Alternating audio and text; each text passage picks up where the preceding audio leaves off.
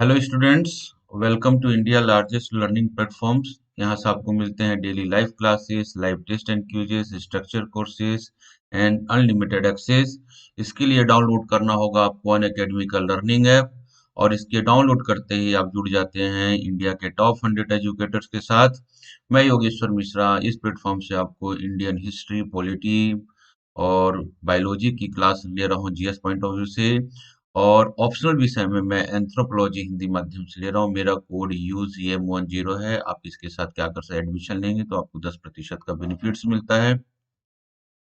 आज की क्लास में इंडियन हिस्ट्री पर आप लोगों के लिए लेकर आया हूँ। कंपनी शासन के अधीन जो है भारत में जो संवैधानिक विकास होते हैं उसको हम चर्चा करेंगे 1757 से लेकर 1857 के बीच में। और इसी प्रकार जो है 1757 से लेकर 1758 तक जो है भारत के जो भी बंगाल के गवर्नर हैं या भारत के जिसको हम गवर्नर जनरल कहते हैं, तो गवर्नर जनरल और के संदर्भ में हम आज की क्लास में करेंगे और साथ में एमसीक्यू लगाएंगे। क्लियर है स्टूडेंट्स? तो क्लास में आप बने रहिए और देखते रहिए, ठीक है। देखिएगा अन अकेडमी के द्वारा जो है बहुत सारे जो है कोर्सेज जो है यूपीएससी सीएससी के लिए स्टार्ट चलाए जा रहे हैं, जैसे पॉलिटिकल गवर्नेंस आईआर है, ज्योग्राफी है, science and technology, NCERT summary है, हिस्ट्री है, ऑप्शनल कोर्सेज हैं, इन्वायरमेंट एंड इकोलॉजी है, आर्ट्स एंड कल्चर है, करंट अफेयर्स है, इंडियन इकोनॉमी है, प्रैक्टिस एंड स्ट्रेटेजी है, आंसर राइटिंग कोर्सेज है, ठीक है। तो बिल्कुल अपनी सुविधा अनुसार जो भी आपको कोर्स करना है, जो आपकी आवश्यकता लग रहा है, बिल्कुल आप कर सकते हैं। अपनी तैयारी को एक नई दिशा टॉप एजुकेटर्स के साथ दे सकते हैं, ठीक है। देखिएगा ऑप्शनल सब्सक्रिप्शन जो है, देखिए इसमें अवेलेबल है। जैसे मैं इस प्लेटफॉर्म से जो है अक्सर मैं एंथ्रोपोलॉजी जो है क्लास ले रहा हूँ हिंदी माध्यम में। और इसके जैसे आप दूसरे कोर्स भी अगर आपने ऑप्शन ऑप्ट किया है तो देखिएगा उसका 1 मंथ से लेकर 36 मंथ के लिए क्या है सब्सक्रिप्शन अवेलेबल है। 1 मंथ की जो फीस है 5,000 है, और 12 महीने की फीस जो है 27,500 रुपया। मेरा कोड UGM10 के साथ आप एडमिशन लेते हैं तो आपको 10% का बेनिफिट्स मिलता है, ठीक है। देखिए स्टूडेंट्स, देखिएगा गेट प्लस सब्सक्रिप्शन नाउ। देखिएगा यहाँ पर जो है जीएस में जो है आप देखेंगे कि आइकनी प्लस कोर्स है। प्लस कोर्स रिलेटेड जो फीस स्ट्रक्चर है 6 मंथ, 12 महीने और 24 महीने के लिए आपको दिख रहा है, ठीक है। और मेरा कोड UGM10 के साथ आप करते हैं तो आपको 10% का जो है बेनिफिट मिलता है। इसी प्रकार हम आइकनिक कोर्स की बात करते हैं,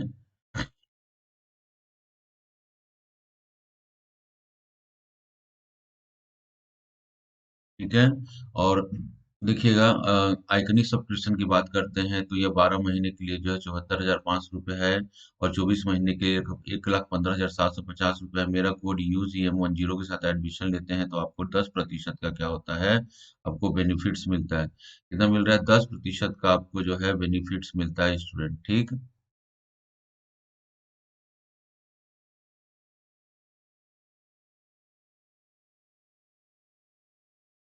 देखिएगा अनअकैडमी के द्वारा जो है 6 month batches UPSC CSC prelims exam के लिए आयोजित किया जा रहा है, जैसा कि आपको स्क्रीन पर दिखाई दे रहा है, ठीक है। ये जो है 8 फरवरी से स्टार्ट हो रहा है, इसीलिए इसी प्रकार जो है complete 1 year batches courses for UPSC CSC 2022 जो है। और यह भी जो है 8 फरवरी से स्टार्ट हो रहा है, ठीक है। तो बिल्कुल आप अपनी सुविधा अनुसार जो है कोर्स में एडमिशन लीजिए, ठीक है। और अपनी तैयारी को जो है स्टार्ट कीजिए। इसी प्रकार देखेंगे जो न्यू कमर स्टूडेंट है, एनसीईआरटी बैचेस स्टार्ट हो रहा है, CBSE UPSC CSC prelims examination के लिए। जो न्यू कमर है, अंडर ग्रेजुएट है या ग्रेजुएशन कर चुके हैं, तैयारी की सोच रहे हैं, तो बिल्कुल आप इस कोर्स में आप एडमिशन ले सकते हैं और तैयारी को जो है टॉप एजुकेटर के साथ स्टार्ट कर सकते हैं। क्लियर चीज है ये। आपको जैसे पहले ही बताया जा रहा था कि यूपीएससी में जो है कॉन्टेस्ट का आयोजन जो है अन अकेडमी के द्वारा यूपीएससी स्टूडेंट किया जा रहा है, ठीक है। तो यह जो है इस फॉर्मेट में जो है क्या होगा, आपके एग्जाम हो रहे हैं, ठीक है। इस फॉर्मेट में आपके एग्जाम हो रहे हैं, जैसे 45 मिनट है, 60 क्वेश्चन हैं, फ्यूल स्कोरिंग है, तो जल्द से जल्द क्या कीजिए इसमें एनरोल होइए। क्लियर चीज है ये। और कॉम्बेट का जो आपका कोड है वो है UPSC CSC, इसका कोड है। और इसके साथ ही क्या कर सकते हैं, कॉन्टेस्ट में भाग ले सकते हैं आप, ठीक है। ये देखिएगा प्लस और आइकनिक कोर्सेज का जो कॉम्बिनेशन, ऑप्शनल प्लस जीएस का जो कॉम्बिनेशन कोर्स है वो भी अवेलेबल है। 12 महीने, 24 महीने और 36 महीने के लिए अवेलेबल है, ठीक है। इसी प्रकार अगर अगर प्लस करते हैं UPSC CSC GS plus UPSC CSC optional भी कोर्स अपने 12 महीने और 24 महीने और 36 महीने के अवेलेबल है। तो मेरा कोड जो है UGM10 के साथ आप एडमिशन लेते हैं तो आपको जो है 10% का जो है इसमें बेनिफिट्स मिलता है। कितना मिल रहा है स्टूडेंट? 10% का जो है बेनिफिट्स मिल रहा है आपको, ठीक है। तो बिल्कुल जो है आप एडमिशन लीजिए और अपनी तैयारी को जो है टॉप एजुकेटर्स के साथ क्या कीजिए, स्टार्ट कीजिए, ठीक। आज स्टूडेंट आप लोगों के लिए मैं लेकर आया हूँ कंपनी शासन के अंतर्गत संवैधानिक विकास को हम पढ़ेंगे। और दूसरा जो इसका पार्ट होगा वो होगा गवर्नर एंड गवर्नर जनरल, ठीक है। गवर्नर और कंपनी के अधीन जो है गवर्नर और गवर्नर जनरल जो है हम 1757 से लेकर 1857 तक पढ़ेंगे, ठीक है। तो आज जो मेरा क्लास हो रहा है वह हो रहा है कंपनी के शासन के अंतर्गत संवैधानिक विकास और गवर्नर एंड गवर्नर जनरल को हम पढ़ेंगे। और आज जो होगा 1757 से लेकर 1857 तक का ही हम क्लास करेंगे। क्लियर चीजें? तो इससे रिलेटेड जो है क्वेश्चंस आपके प्री के एग्जाम में मोस्टली पूछे जाते हैं।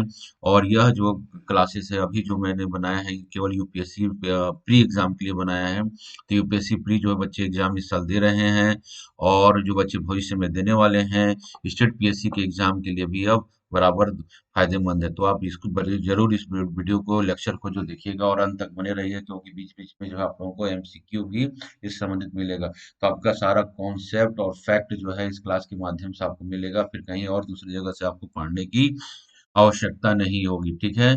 तो हम स्टार्ट करते हैं। पहला पार्ट जो है कंपनी शासन के अंतर्गत संवैधानिक विकास को हम स्टार्ट करें, ठीक है। तो बने रहिए मेरे साथ। तो देखेंगे कंपनी के अधीन जो है संवैधानिक विकास की हम बात करते हैं तो हम तो इसको थोड़ा पृष्ठभूमि पर जाते हैं। देखते हैं ईस्ट इंडिया कंपनी एक कैसी थी, सबको मालूम है आप लोग। एक ऐसी कंपनी थी इसका एस्टेब्लिशमेंट कहाँ होता है? यूरोप में होता है, ब्रिटेन में होता है। हमने जब भारत में जो यूरोपियों का आगमन के क्रम में जब ब्रिटिश मतलब अंग्रेजों के बारे में या ब्रिटिश के बारे में पढ़े तो इसको बाद में आपको बताया था।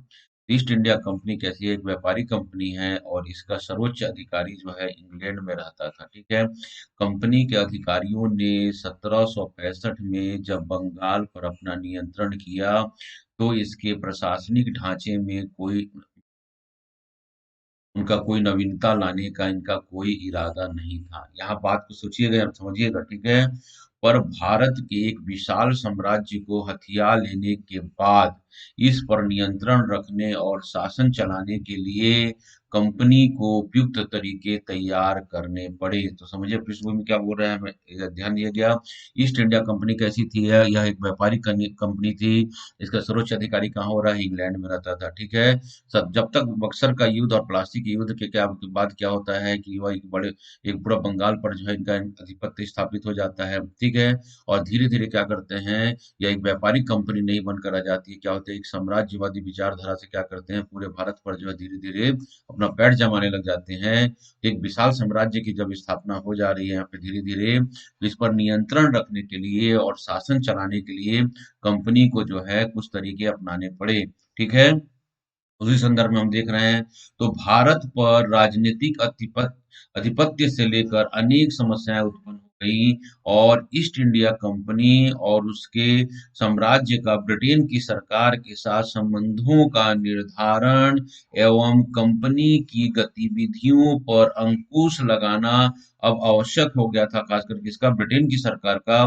तब यह तय किया गया कि कंपनी के भारतीय प्रशासन की बुनियादी नीतियों पर ब्रिटिश सरकार अपना नियंत्रण स्थापित करेगी, ठीक है।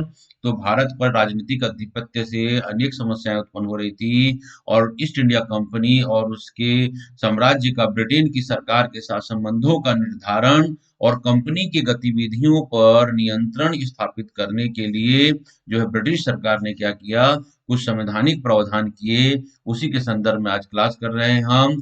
तो पहला जो संवैधानिक प्रयास किया था, देखिएगा, ये देखिएगा, इसके लिए 3 प्रकार के उन्होंने एक्ट लाया है, ठीक है। तो हम पहला क्या बोलते हैं, इसको हम वैसे बोलते हैं ना, पहला हम रेगुलेटिंग एक्ट का, तो समझिएगा रेगुलेटिंग एक्ट का होते हैं, हम रेगुलेटिंग एक्ट कह रहे हैं। तो रेगुलेटिंग एक्ट काहे के लिए था? यह जो है ब्रिटिश सरकार का ईस्ट इंडिया कंपनी की गतिविधियों पर नियंत्रण स्थापित करने के लिए ब्रिटिश सरकार का तो क्या लाया गया है, रेगुलेटिंग एक्ट लाया गया, ठीक है। इसी प्रकार हम आगे पढ़ेंगे, चार्टर एक्ट होते हैं, क्या होते हैं, चार्टर एक्ट होता है ना। तो चार्टर एक्ट क्या काहे के लिए लाया गया, चार्टर एक्ट जो तीन है, 1813 का, 33 का और 53 का, ठीक है। तो यह जो चार्टर एक्ट लाया गया, क्या लाया गया, याद रखिएगा इसको। इसको लाते हैं काहे के लिए, कंपनी का व्यापारिक एकाधिकार को समाप्त करने के लिए जो है समय समय पर क्या लाया गया है, चार्टर एक्ट लाया गया है। और कंपनी के पर ब्रिटिश गवर्नमेंट अपना नियंत्रण स्थापित करने के लिए क्या लाया है, यह रेगुलेटिंग एक्ट लाएगा, समझिएगा बातों को, ठीक है। इसी प्रकार तीसरा जो कानून आता है, तीसरा जो प्रावधान आता है, वह है, क्या होता है, भारत शासन अधिनियम, क्या होते हैं, यह भारत शासन अधिनियम, ठीक है। जब जो है भारत का जो पूरा ब्रिटिश भारत का जो क्या है, वह अधिग्रहण जो है ब्रिटिश सरकार अपने अधीन कर लेता है, तो यहाँ का शासन और प्रशासन चलाने के लिए ब्रिटिश पार्लियामेंट के द्वारा कानून लाया जाता है। भारत पर प्रशासनिक कानून चलाने के लिए तो भारत प्रशासनिक अधिनियम कहा जाता है उसको। इस संदर्भ में आता है 1858 का आता है, ठीक है। 1858 के आते हैं, 1909 का आता है, जैसे 1919 का आता है, 1935 का आता है, तो इस संदर्भ में देखेंगे, ठीक है। तो यह तीन जो प्रमुख जो है बातें हैं, इसको हम क्लास में धीरे धीरे डिक्टेट करेंगे। तो पहला हम रेगुलेटिंग एक्ट के बारे में पढ़ेंगे, फिर हम चार्टर एक्ट के बारे में पढ़ेंगे, क्योंकि आज का क्लास हमारा 1857 तक है। तो भारत शासन अधिनियम 1858 को हम जिक्र करेंगे, लेकिन 1858 के एक्ट के बाद क्या होता है कि भारत का जो है, मतलब ईस्ट इंडिया कंपनी का जो है प्रशासनिक नियंत्रण भी समाप्त हो जाता है 1858 के एक्ट के बाद। भारत जो है वह क्या हो जाए, एक ब्रिटिश उपनिवेश बन जाता है, क्लियर है। तीन चीजों का आप समझिएगा। तो पहला जो ब्रिटिश पार्लियामेंट के द्वारा कंपनी के गतिविधियों पर नियंत्रण लगाने के लिए जो है रेगुलेटिंग एक्ट लाया गया, क्या लाया गया है, रेगुलेटिंग एक्ट लाया गया है, ठीक है। और इसी प्रकार कंपनी के व्यापारिक एकाधिकार को समाप्त करने के लिए क्या लाया गया था, चार्टर एक्ट लाया गया था। इस संदर्भ में आप देखिएगा, तो रेगुलेटिंग एक्ट को हम पढ़ते हैं, कंपनी की गतिविधियों पर नियंत्रण स्थापित करने के लिए ब्रिटिश पार्लियामेंट के द्वारा जो है क्या लाया गया, रेगुलेटिंग एक्ट लाया गया। तो इसके द्वारा देखेंगे, पहला जो रेगुलेटिंग एक्ट आया वह 1773 का क्या था, रेगुलेटिंग एक्ट था। और इसके द्वारा पहली बार कंपनी की गतिविधियों पर ब्रिटिश संसदीय नियंत्रण लागू किया गया। भारत तथा इंग्लैंड में कंपनी के प्रशासन को ब्रिटिश संसद के नियंत्रण में लाया गया है, क्लियर चीजें, किसके नियंत्रण में लाया गया है, ब्रिटिश शासन के नियंत्रण में लाया गया है, ठीक। कंपनी के बोर्ड ऑफ डायरेक्टर्स को भारत संबंधी सभी मामलों में ब्रिटिश सरकार के राजस्व विभाग को जानकारी देने के लिए कहा गया। मतलब क्या बोला गया, कंपनी का जो बोर्ड ऑफ डायरेक्टर था, जो भारत के संबंधित सभी मामलों में ब्रिटिश सरकार के राजस्व विभाग को जानकारी देने के लिए उसे कहा गया। दूसरा, बंगाल का प्रशासन अब गवर्नर जनरल और 4 सदस्यीय परिषद को सौंपा गया। याद रखिएगा, बंगाल का प्रशासन किसको सौंपा जा रहा है, गवर्नर जनरल और उसकी 4 सदस्यीय परिषद को, काउंसिल को सौंपा गया, ठीक है। गवर्नर जनरल वारन हेस्टिंग तथा काउंसिल के सदस्य क्लेवरिंग, मोनसन बॉरवेल और फिलिप फ्रांसिस का नाम कानून में उल्लेखित था। 1773 के एक्ट में इसका नाम उल्लेखित था, ठीक है।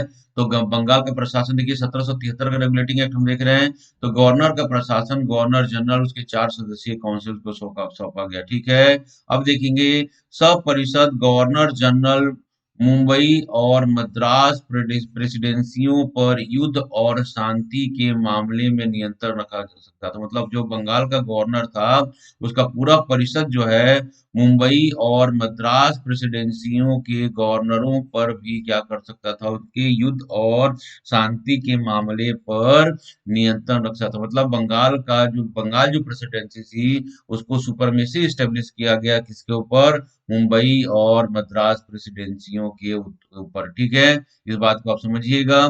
चौथा जो है, कलकत्ता में सुप्रीम कोर्ट की स्थापना की गई और इसके प्रथम जो न्यायाधीश रहे सर एलिजा इम्पे थे। ये आप देखिएगा, इससे रिलेटेड क्वेश्चन जो आपके एग्जाम में आते हैं। तो कलकत्ता में सुप्रीम कोर्ट की स्थापना 1773 के रेगुलेटिंग एक्ट के माध्यम से किया गया। ठीक है। काउंसिल के 3 सदस्यों को सम्मिलित राय से गवर्नर जनरल के निर्णय को क्या किया जा सकता था, के को परिवर्तित किया जा सकता था या परिवर्तित किया जा सकता था। ठीक है। काउंसिल के 3 सदस्यों की सम्मिलित राय से गवर्नर जनरल के निर्णय को क्या किया, रेगुलेट किया जा सकता था। ठीक है। रेगुलेटिंग एक्ट जो है 1773 का जो रेगुलेटिंग एक्ट जो है वह चलते रहा। क्लियर चीज है ये। और क्लियर चीज है। तो ये 1773 के रेगुलेटिंग एक्ट के संदर्भ में बात हुआ। दूसरा जो अब ये रेगुलेटिंग एक्ट कब तक चल रहा है, 1784 का जब तक रेगुलेटिंग एक्ट नहीं आता तब तक चलता है ये। ठीक है। 1784 के रेगुलेटिंग एक्ट चलता है। 1784 का जो रेगुलेटिंग एक्ट आया उसको पिट्स इंडिया एक्ट कहा जाता है। क्लियर चीजें। तो दूसरा जो महत्वपूर्ण एक्ट आ रहा है उसको क्या है, पिट्स इंडिया एक्ट है। 1784 में आया। ये ब्रिटिश प्रधानमंत्री विलियम पिट के द्वारा यह प्रयासों से पारित किया गया था, इसलिए इसको पिट्स इंडिया एक्ट कहा जाता है। ठीक है। अब देखेंगे इसमें क्या हो रहा है। कंपनी के अधीन भारतीय भूभाग के प्रशासन पर सर्वोपरि नियंत्रण ब्रिटिश संसद का स्थापित किया गया और कंपनी के वाणिज्यिक कार्यों पर कंपनी का ही नियंत्रण बना रहा। तो देखेंगे, तो भारतीय जो भूभाग है वहां पे प्रशासन को नियंत्रण करने का कार्य जो है ब्रिटिश पार्लियामेंट को दिया गया, जबकि वाणिज्यिक कार्यों पर नियंत्रण करने का भार जो है अभी ईस्ट इंडिया कंपनी के पास ही था। ठीक है। तो भारत के मामलों के लिए बोर्ड ऑफ कंट्रोल की स्थापना की गई। Point be noted. स्टूडेंट यहाँ समझते नहीं है कि बोर्ड ऑफ कंट्रोल क्या होता है और क्या, और बोर्ड ऑफ डायरेक्टर्स क्या होते हैं। ठीक है। फिर बोर्ड ऑफ डायरेक्टर्स जो हैं वो क्या होते थे, वो कंपनी के होते थे, जबकि बोर्ड ऑफ कंट्रोल क्या है, यह गवर्नमेंट के आदमी होते थे जो कंपनी के कार्यों पर क्या करता था, यह नियंत्रण करने के लिए बनाया गया था। ठीक है। 6 कमिश्नर जो है इसके सदस्य होते थे। 6 कमिश्नर जो है क्या है इसके सदस्य हो रहे हैं, जिनकी नियुक्ति कौन कर रहा है, किंग के द्वारा, सम्राट के द्वारा की जाती थी। वह भारत में सीधे संदेश भेज सकता था। इसे कंपनी के बोर्ड ऑफ डायरेक्टर्स पर निगरानी रखने के लिए इसको बनाया गया था। इसके माध्यम से भारत सरकार का संचालन भी हो रहा था। क्लियर चीज है ये। तो बोर्ड ऑफ कंट्रोल को यहाँ पर स्टेब्लिश किया जाता है ताकि क्या कर सकते हो वह भारत के जो है मामलों पर क्या कर सके, वो नियंत्रण स्थापित कर सके, कंपनी के मामलों पर क्या कर सके, वो नियंत्रण स्थापित कर सके। ठीक है। दूसरी पॉइंट देखेंगे, बोर्ड ऑफ डायरेक्टर्स के हाथों में कर्मचारी अधिकारियों की नियुक्ति मात्र का अधिकार अब रह गया था। बोर्ड ऑफ डायरेक्टर्स क्या कर रहा है, केवल कंपनी के अधिकारी और कर्मचारियों की वह नियुक्ति कर रहा है। तो बोर्ड ऑफ डायरेक्टर अभी भी क्या कर रहा है, कर्मचारी अधिकारियों की नियुक्ति का कार्य कर रहा है। ठीक है। भारत सरकार का संचालन गवर्नर जनरल और उसके काउंसिल्स को दिया गया। काउंसिल, ठीक है। काउंसिल्स, भारत का प्रशासन का संचालन की जिम्मेदारी, भारत सरकार के संचालन की जिम्मेदारी जो है गवर्नर जनरल और उसके काउंसिल्स को दिया गया। ठीक है। अब देखेंगे यहाँ पे क्या दिया, गवर्नर जनरल का थोड़ा अधिकार बढ़ा। गवर्नर जनरल को सिर्फ एक काउंसिल सदस्य की सहमति से अपने निर्णय को लागू करने के लिए आवश्यक मानी गई। पहले क्या था, काउंसिल के सभी सदस्य मिलकर गवर्नर जनरल के बीच किसी भी निर्णय को रद्द कर सकते थे। अब गवर्नर जनरल जो है क्या कर सकता है, काउंसिल के एक सदस्य को कॉन्फिडेंस में लेकर क्या कर सकता था, किसी भी कानून को क्या कर सकता था, वह लागू कर सकता था। क्लियर है, बातों को समझेंगे इसमें। युद्ध, शांति और राजस्व के सभी मामलों में मद्रास, मुंबई की प्रेसिडेंसी को सपरिषद गवर्नर जनरल के अधीन कर दिया गया। मतलब क्या हो गया ये, मतलब मद्रास और मुंबई प्रेसिडेंसी जो है वह किसके अंडर में आ गई, बंगाल के गवर्नर जनरल के अधीन आ गए जाता है। क्लियर चीजें, क्लियर है, इन सब चीजों को आप लोग समझिएगा। ठीक है। तो देखेंगे इस कानून के साथ जो है ब्रिटिश विजय का एक नया युग प्रारंभ होता है। इसमें गृह सरकार का संपूर्ण ढांचा ही बदल गया और 1858 तक अंग्रेजी प्रशासन मूल रूप से इसी व्यवस्था के तहत जो है चलता रहा, थोड़ा बहुत परिवर्तनों के साथ। ठीक है, तो हम कंपनी के अंदर जो है संवैधानिक विकास को देख रहे हैं। संवैधानिक विकास के अंतर में तीन बातें, आप तीन चीजों याद रखिएगा: रेगुलेटिंग एक्ट, चार्टर एक्ट और भारत शासन अधिनियम। ठीक है, सब अलग अलग हैं। रेगुलेटिंग एक्ट जो है कंपनी के पर जो है ब्रिटिश पार्लियामेंट के नियंत्रण के लिए लाया गया था। चार्टर एक्ट जो है वो कंपनी के व्यापारिक एक अधिकार को समाप्त करने के लिए लाया गया था। जबकि भारत शासन अधिनियम जो है, जब कंपनी का प्रशासन की जिम्मेदारी जो है ब्रिटिश गवर्नमेंट अपने हाथों में ले लेती है, तो भारत प्रशासन का चलाने का तरीका क्या होगा, इसके लिए ब्रिटिश पार्लियामेंट के द्वारा जो एक्ट पारित होता है उसे भारत शासन अधिनियम 1858, 1909, 1919 और 1935 के नाम से जाना जाता है। ठीक है, तो 1873 का रेगुलेटिंग एक्ट, 1884 का फिट्स इंडिया एक्ट। क्लियर चीजें। अब देखेंगे इसी प्रकार जो है एक और चार्टर एक्ट आ रहा है। ठीक है, ये 1793 का है। ठीक है, तो बंगाल की इसमें कोई खास बात नहीं, देखिएगा बंगाल के गवर्नर जनरल को मुंबई और मद्रास में संपूर्ण अधिकार दे दिया गया। ठीक है, 1793 का क्या है, यह एक्ट है। तो 1793 के एक्ट में जो 1784 में कोई खास बात हुई नहीं, 1784 के अनुसार था, और बंगाल के गवर्नर जनरल को मुंबई और मद्रास के अब संपूर्ण अधिकार दे दिए गए। पहले ही 1784 में भी एस्टेब्लिश हो चुका था, लेकिन अब जो भी बचा था वो पूरा अधिकार, मतलब बम्बे और जो है मद्रास जो प्रेसिडेंसी है पूर्ण रूप से जो है बंगाल के गवर्नर जनरल के क्या हो गई, अधीन आ गया। क्लियर चीजें, इस बात को आप देखेंगे। तो यह था क्या, रेगुलेटिंग एक्ट था। तो रेगुलेटिंग एक्ट को देखेंगे, 1773 का रेगुलेटिंग एक्ट, 1784 का रेगुलेटिंग एक्ट, और यह जो है 1793 का क्या है, यह रेगुलेटिंग एक्ट है। क्लियर, क्या है यह, 1793 का जो रेगुलेटिंग एक्ट है। इसके बाद आप समझिएगा, तो ये रेगुलेटिंग एक्ट किसके संदर्भ में था स्टूडेंट? तो रेगुलेटिंग एक्ट जो है कंपनी के जो पर नियंत्रण स्थापित किया गया किसका, ब्रिटिश पार्लियामेंट का, उसके लिए क्या लाया गया था, रेगुलेटिंग एक्ट लाया गया था 1773, 1784 और 1793 का। क्लियर चीजें। अब कंपनी पर देखिएगा, हम दूसरा जो पार्ट पढ़ रहे हैं, हम चार्टर एक्ट की बात कर रहे हैं।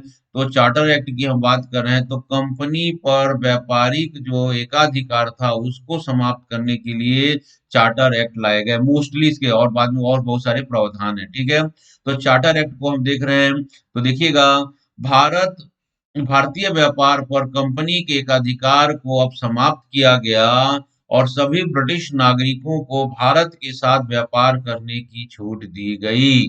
ठीक है, चाय का व्यापार और चीन के साथ व्यापार पर कंपनी का एकाधिकार बना रहा।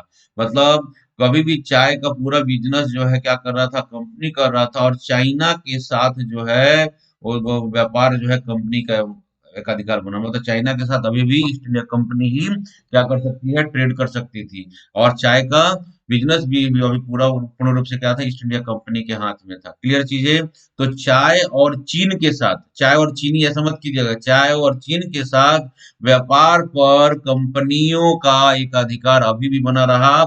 इसके अलावा सारे जो मोनो कंपनी को जो एक अधिकार प्राप्त थे उसे समाप्त कर दिया गया। ठीक है, और क्या देखिए प्रशासन में क्या परिवर्तन हो रहा है, कंपनी के अधीन अंग्रेजी राज्य की संप्रभुता ब्रिटिश सम्राट में निहित कर दी गई और क्राउन को जो है सर्वोच्च शक्ति की स्थापना की गई। ठीक है, असंदिग्ध सर्वोच्च शक्ति की स्थापना की गई। ठीक है, दूसरा जो है कंपनी की आमदनी का प्रति वर्ष 1 लाख रुपया खर्च करने का प्रावधान पहली बार किया गया, कि कंपनी जो है 1 लाख रुपया जो है प्रति वर्ष जो है वह शिक्षा पर खर्च करेगी। इससे रिलेटेड क्वेश्चन आते हैं। तो चार्टर एक्ट 1813 की मुख्य बातें क्या थी, कंपनी का जो व्यापारिक एकाधिकार था उसे समाप्त कर दिया गया, उसे केवल चाय और चीन के साथ जो व्यापार करने का अधिकार था उसका बना रहा। ठीक है, और जो है कंपनी के अधीन अंग्रेजी राज्य की संप्रभुता ब्रिटिश सम्राट में निहित हो जाती है और कंपनी की आमदनी का 1 लाख रुपया जो है प्रति वर्ष जो है कंपनी को किया गया है कि वह भारतीय शिक्षा व्यवस्था पर क्या करेगी, खर्च करेगी। क्लियर चीजें। अब जो हम दूसरा चार्टर एक्ट देखते हैं जो 1833 में आ रहा है, तो देखिएगा इसमें क्या हो रहा है, चाय के व्यापार और चीन के साथ जो व्यापारिक एक अधिकार था कंपनी का, उसे भी अब समाप्त कर दिया गया। ठीक है, याद रखिएगा पहला पॉइंट।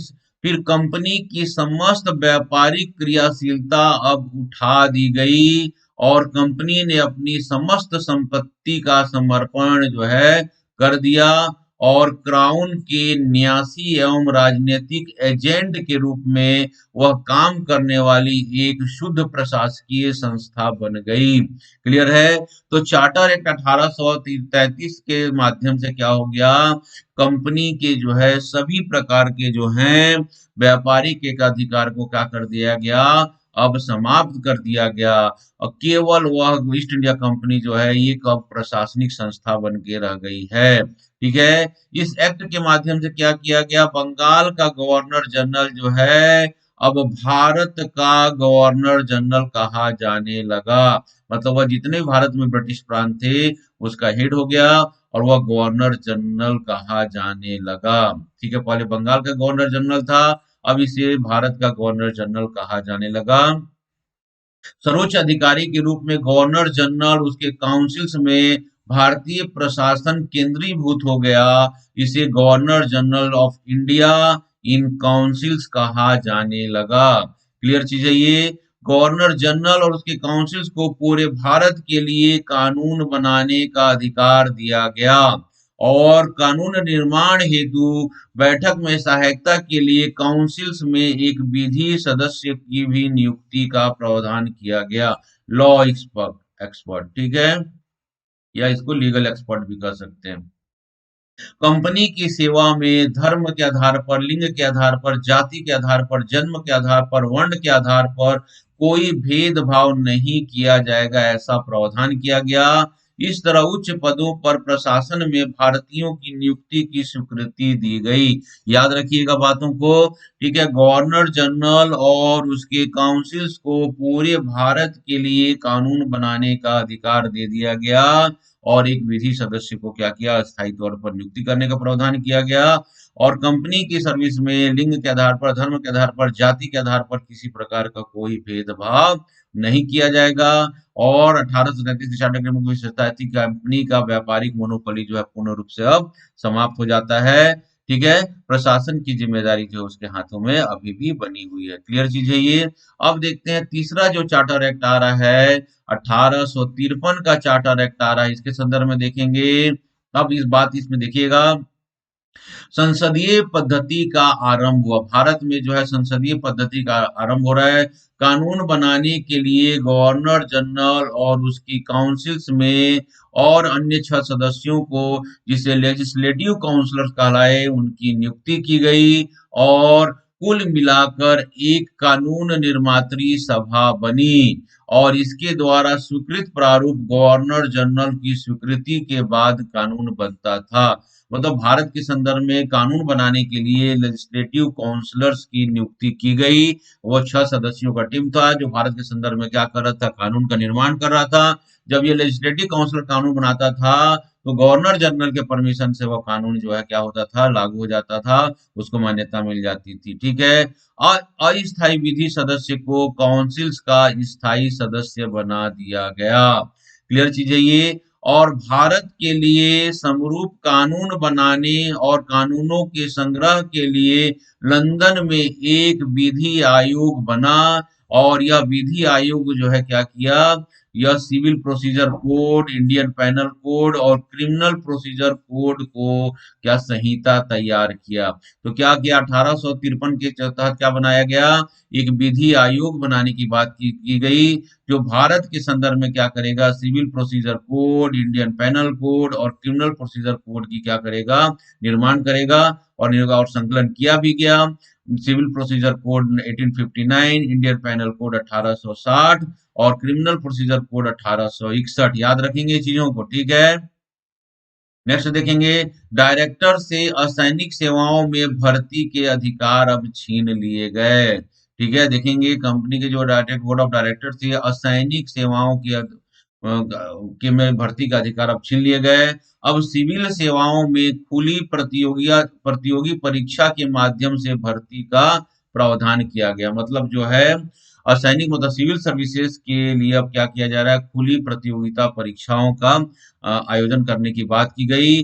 अब डायरेक्टर्स के पास गवर्नर जनरल को वापस बुलाने का भी महत्वपूर्ण अधिकार बस बचा रहा है। ठीक है, अभी भी डायरेक्टर जो है गवर्नर जनरल को क्या कर सकता था, नियुक्ति करता था। ठीक है, इस तरह संसदीय कानूनों ने कंपनी तथा उसके भारतीय प्रशासन को पूरी तरह से ब्रिटिश सरकार के अधीन कर दिया, और 1857 के विद्रोह के बाद ईस्ट इंडिया कंपनी का शासन जो प्रशासनिक अधिकार था उसे भी 1858 के एक्ट के द्वारा बोर्ड ऑफ कंट्रोल और कोर्ट ऑफ डायरेक्टर्स को समाप्त कर दिया गया, और उसके स्थान पर भारत सचिव का एक नया पद बनाया गया।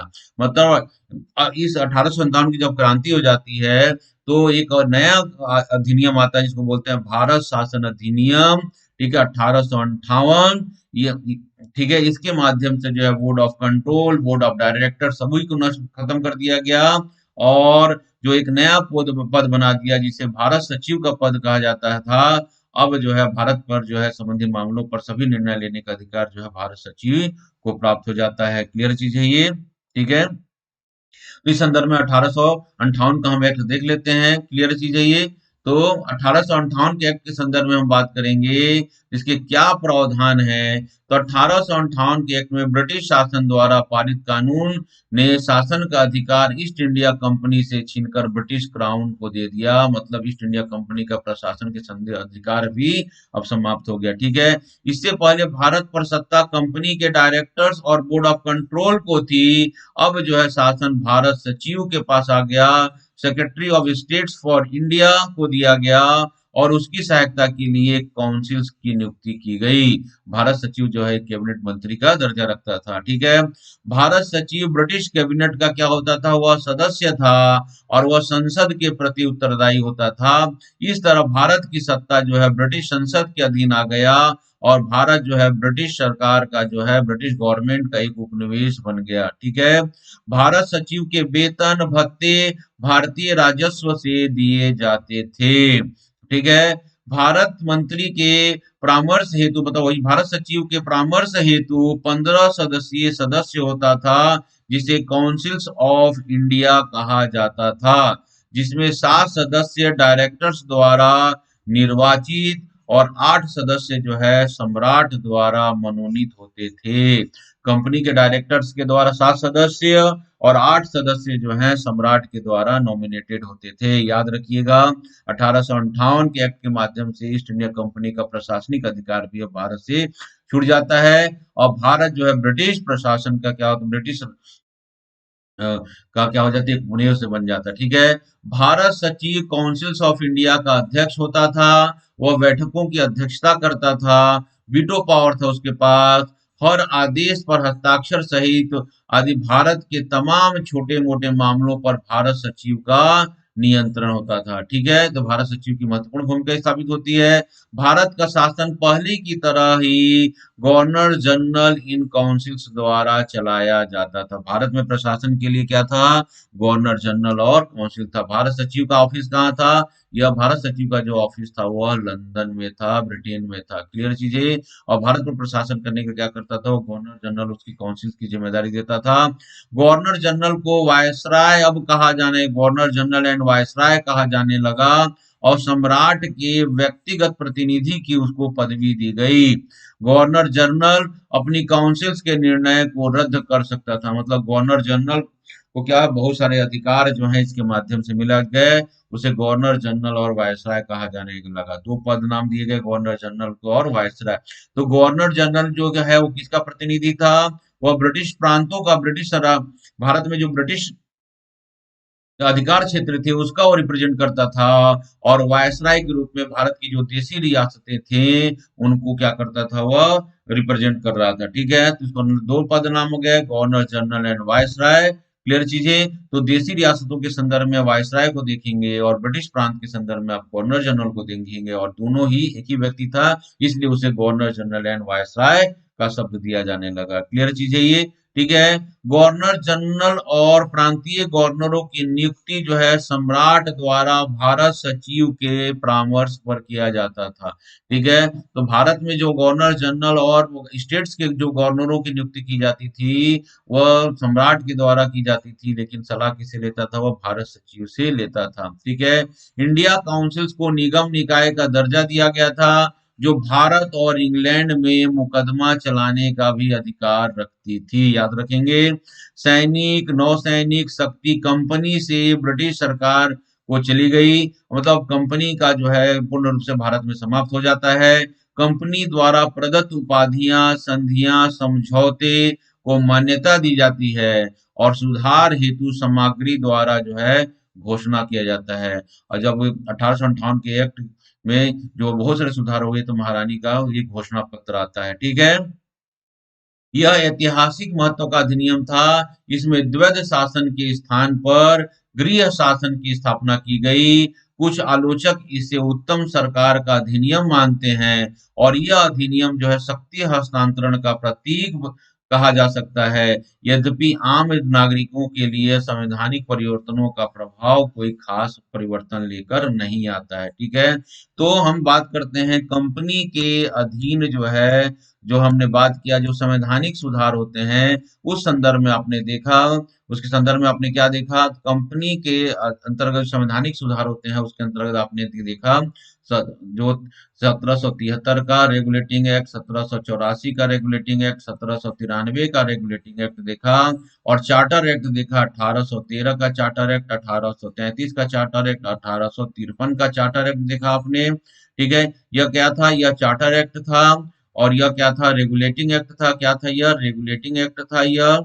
ठीक है, और हम इस संदर्भ में हमने आपको बात बताया 1858 का भारत शासन अधिनियम बताया, एक्ट की हमने बात की। इसी प्रकार आगे जो है 1909 का, 1919 का, 1935 का आता है, जिसका जिक्र जो है मैं आगे की क्लास में करूंगा। क्लियर चीजें, तो ये चीजें देखेंगे। आज हमारा जो 1857-58 तक ही हमारा मेन कंसंट्रेशन था।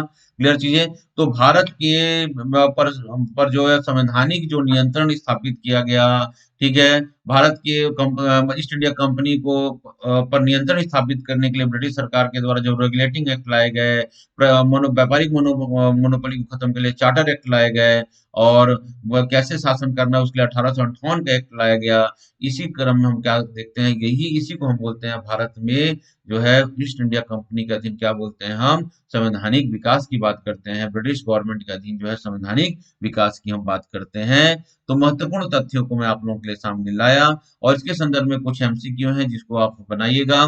ठीक है, तो ब्रिटिश शासन के निम्नलिखित अधिनियम में से कौन सा अधिनियम बंगाल के गवर्नर जनरल को नामित करता है? तो बंगाल के गवर्नर जनरल को गवर्नर जनरल को नामित कौन सा एक्ट है? तो इसका स्टूडेंट होगा, बताइए, आपको 5 सेकंड का समय दे रहा हूं। तो इसका आंसर जो होगा क्या होगा, रेगुलेटिंग एक्ट 1773 होगा। क्या होगा, रेगुलेटिंग एक्ट जो है 1773 इसका आंसर होगा। ठीक है, दूसरा जो क्वेश्चन है देखेंगे, निम्नलिखित अधिनियम में से किस अधिनियम के द्वारा ब्रिटिश भारत में कलकत्ता में सर्वोच्च न्यायालय की स्थापना होती है? कभी क्लास हम देख रहे थे रेगुलेटिंग एक्ट के संदर्भ में, तो आपको मालूम है रेगुलेटिंग एक्ट क्या है? तो 3 रेगुलेटिंग एक्ट आते हैं, कौन कौन सा?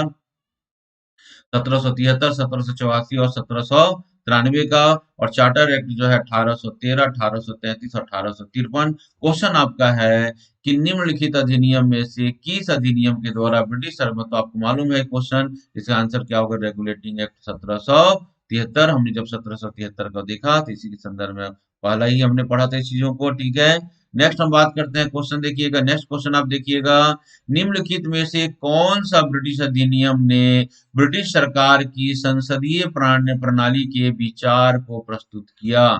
ठीक है, इसका आंसर क्या होगा, जल्दी से दीजिए। भारत में संसदीय संसदीय प्रणाली के विचार को फर्स्ट टाइम जो इंट्रोड्यूस किया गया था वह किस एक्ट के तहत था? तो वह था स्टूडेंट चार्टर एक्ट जो है 1853 के तहत। ठीक है, तो आपको देखना आ रहा हूं मैं, देखिए 1853 में बातें की गई थी। ये देखिएगा, मतलब संसदीय पद्धति का जो है आरंभ हो रहा है यहाँ पर। ठीक है, लेजिस्लेटिव काउंसलर्स कहाए गए। ठीक है, तो इस संदर्भ में आपने देखिए इसका आंसर क्या होगा? इसका आंसर होगा डी। ठीक है, क्लियर चीज है ये। ठीक, नेक्स्ट हम देखते हैं, निम्नलिखित में से कौन सा कथन 1833 के चार्टर अधिनियम के संदर्भ में सही है? तो देखेंगे, इसने मिशनरियों को भारत में ईसाई धर्म फैलाने की इजाजत दी। इसने ब्रिटिश ईस्ट इंडिया कंपनी को एक प्रशासनिक निकाय के रूप में बनाया। Both one and two, neither one और नॉट टू, दोनों में, दोनों एक और एक, ए और बी दोनों, और नहीं ना ए और ना ही बी। तो इसके संदर्भ में क्या होगा? इसके संदर्भ में स्टूडेंट आंसर होगा ये बी जो है इसका सर्वश्रेष्ठ आंसर लग रहा है, इसलिए इसमें हम बी को करेंगे। ठीक है, तो निम्नलिखित कथनों में कौन सा 1833 के चार्टर एक्ट के संदर्भ में सही है? तो वह है, इसमें ब्रिटिश ईस्ट इंडिया कंपनी को ये क्या कर दिया? प्रशासनिक निकाय के रूप में स्थापित कर देता है। क्लियर है, ट्रेड मोनोपोली को भी बस केवल ट्रेड मोनोपोली समाप्त हो जाता है, और केवल क्या हो जाता है, एक वह प्रशासनिक निकाय के रूप में ही रह जाता है। तो 1833 के चार्टर के संदर्भ में बी जो है कथन सही है। ठीक है, नेक्स्ट क्वेश्चन देखेंगे आप इसमें, निम्नलिखित में से किस ब्रिटिश अधिनियम ने भारतीय सिविल सेवा को खुली प्रतियोगिता के रूप में पेश किया? मतलब भारतीय सिविल सेवा मतलब नागरिक जो है सेवाओं को नियुक्ति का अधिकार जो है ईस्ट इंडिया कंपनी के हाथ से लेकर किसको आ गया? ब्रिटिश अधिनियम के तहत आ गया। उसके लिए खुली प्रतियोगिता परीक्षा आयोजित करने की बात कर दी गई। तो किस एक्ट के माध्यम से? अभी हमने पढ़ा था, तो इसका क्या है? 1853 का चार्टर एक्ट होगा। ठीक है, देखेंगे 1853 का चार्टर एक्ट। देखिए 1853 के चार्टर एक्ट में क्या कहा गया, देखिएगा इसमें, बोर्ड ऑफ डायरेक्टर से असैनिक सेवाओं में भर्ती के अधिकार को छीन लिए गए, और सिविल सेवाओं में खुली प्रतियोगी परीक्षाओं के माध्यम से क्या किया जा रहा है? भर्ती किया जाने का प्रावधान किया गया। ठीक है, तो इसका आंसर क्या होगा? इसका आंसर है डी। क्लियर है, क्या आंसर होगा? डी इसका आंसर होगा। ठीक है, तो आपने क्या दिया? कंपनी के अधीन जो है संवैधानिक विकास को देखा। ठीक है, रेगुलेटिंग एक्ट देखा, चार्टर एक्ट देखा, और भारत शासन अधिनियम 1858 के संदर्भ में आपको मिल गया क्लास। ठीक है, अब हम इस क्लास का, इस लेक्चर का जो दूसरा पार्ट है वह है कंपनी के अधीन गवर्नर एवं गवर्नर जनरल, और यह हम पढ़ेंगे 1757 से लेकर 1857 तक के। क्लियर चीज है ये, तो ये बहुत महत्वपूर्ण, इससे रिलेटेड भी क्वेश्चंस आपके एग्जाम में प्री पॉइंट ऑफ व्यू से जो है यह इंपॉर्टेंट होता है। क्वेश्चन, एक क्वेश्चन तो अक्सर आते ही हैं आपके एग्जाम में। क्लियर चीजें, इसको हम समझेंगे।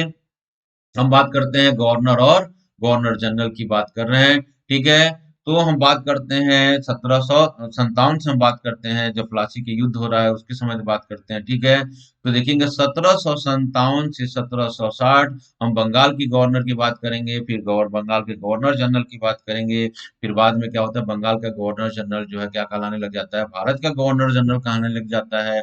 फिर वायसराय कहलाने लग जाता है। इस संदर्भ में हम सारे पॉइंट्स को यहाँ पर हम देखेंगे, पढ़ेंगे। क्लियर चीज है ये, तो देखेंगे रॉबर्ट क्लाइव को देखते हैं 1757 से 1760, और 65 से लेकर 66 इसका दो टर्म्स रहता है। तो क्लाइव को देखिएगा, लॉर्ड क्लाइव को भारत में अंग्रेजी शासन का संस्थापक माना जाता है। 1857 में प्लासी के युद्ध के पश्चात लॉर्ड क्लाइव जो है बंगाल का गवर्नर बना, और 1760 तक वह गवर्नर बना रहा। और उसका दूसरा जो कार्यकाल आता है 1765 से लेकर 1767 के बीच में आता है स्टूडेंट। ठीक है, तो रॉबर्ट क्लाइव हैं बंगाल के फर्स्ट गवर्नर, जो भारत में अंग्रेजी शासन का क्या किया जाता है, इसको संस्थापक माना जाता है। क्लियर चीज है ये। ठीक है, और देखेंगे 1760 से लेकर 1765 जो है, जो दूसरे गवर्नर होते हैं वो हैं वेंसी टाट। क्या है? वेंसी टाट हैं। और इनके समय जो है 1764 में क्या होता है? बक्सर का युद्ध होता है। याद रखेंगे, बक्सर की युद्ध के समय जो है बंगाल का जो गवर्नर था उसका नाम क्या था? वेंसी टाट था। क्लियर है, उसके बाद जो है फिर से कौन आ जाते हैं? लॉर्ड क्लाइव जो है फिर से आ जाते हैं। ठीक है, 1765 से 1767 तक। द्वितीय गवर्नरी काल जो है जिसका गवर्नर का काल होता है क्लाइव का। इनके काल की प्रमुख नीति थी द्वैध शासन। उसने बंगाल में क्या किया, द्वैध शासन को स्थापना किया। देखिए दूसरा पॉइंट है यहाँ पर, शाह आलम और अवध के नवाब शुजाउद्दौला। शाह आलम कहाँ था, मुगल बादशाह था। किसे उन्होंने इलाहाबाद की संधि की 1665 में, और इसके बाद शाह आलम ने इन्हें बंगाल, बिहार और उड़ीसा की दीवानी प्रदान कर देते हैं। ठीक है, अब देखेंगे प्रथम आंग्ल मैसूर युद्ध का प्रारंभ जो है इसी के समय लॉर्ड क्लाइव के समय ही होता है। ठीक है, हैदर अली के साथ। अब द्वैध शासन क्या होता है थोड़ा देखेंगे। क्लाइव ने मीर जाफर के बाद नजमुद्दौला से बंगाल के निजामत अधिकार प्राप्त किए तथा मुगल सम्राट शाह आलम द्वितीय से बंगाल, बिहार और उड़ीसा की दीवानी अधिकार भी प्राप्त किए। ठीक है, क्लाइव का दीवान के रूप में राजस्व वसूली करने का अधिकार मिल गया और निजामत के रूप में न्यायिक शक्तियों पर वह नियंत्रण पा लिया। इसमें उत्तरदायित्व के बिना ही अंग्रेजों को सत्ता प्राप्त थी, और सिताब राय बिहार में और रजा खां बंगाल में कंपनी के प्रतिनिधि थे। तो द्वैध शासन की स्थापना जो है वह बंगाल में होती है, किसके द्वारा, क्लाइव के समय में होती है। ठीक है, तो याद रखेंगे। ठीक, इस संदर्भ में आप इसको पढ़िएगा और समझिएगा, कोशिश कीजिएगा। क्लियर चीज है ये। ठीक है, तो क्लाइव का जो दूसरा काल रहा था 1765 से 1767 तक। महत्वपूर्ण बात क्या है कि द्वैध शासन स्थापित होता है बंगाल में, और इलाहाबाद की ट्रीटी याद रखिएगा। उसके बाद जो है आते हैं वालेरेस्ट आते हैं, और फिर उसके बाद आते हैं कार्टियर आते हैं। ठीक है, वालेरेस्ट का शासनकाल 1767 से 1769, 1767 टू 69, एंड कर्टियर जो है वो 69 टू 72, 1769 से 1772 का शासन काल होता है। ठीक है, अगला जो गवर्नर बन के आते हैं उनका नाम है वारेन हेस्टिंग्स। इनके संदर्भ में क्वेश्चन आते हैं। 1772 से 1785 तक बंगाल का जो गवर्नर है वो कौन रहता है, हेस्टिंग्स रहता है। और इसी के समय जो है रेगुलेटिंग एक्ट आता है 1773 का। अब बंगाल का यह प्रथम गवर्नर जनरल, बंगाल का जो गवर्नर जो है उसको क्या कहा गया, बंगाल का गवर्नर जनरल। क्या बनते हैं आप इसको, बंगाल का गवर्नर जनरल कहा जाने लगा, गवर्नर जनरल ऑफ बंगाल कहा जाने लगा। और इस संदर्भ में देखेंगे बंगाल का फर्स्ट गवर्नर जनरल कौन रहते हैं, वारेन हेस्टिंग्स रहते हैं, और अंतिम बंगाल के यह गवर्नर्स होते हैं। इस संदर्भ में आप देखेंगे अंतिम बंगाल का गवर्नर और first governor general of Bengal according to regulating act 1773। Clear चीज है ये, याद रखेंगे। 1773 का रेगुलेटिंग एक्ट जो है इन्हीं के समय आता है। क्लियर है। अब देखेंगे वारेन हेस्टिंग्स समय महत्वपूर्ण कौन कौन सी घटनाएं होती हैं, तो हम देखते हैं।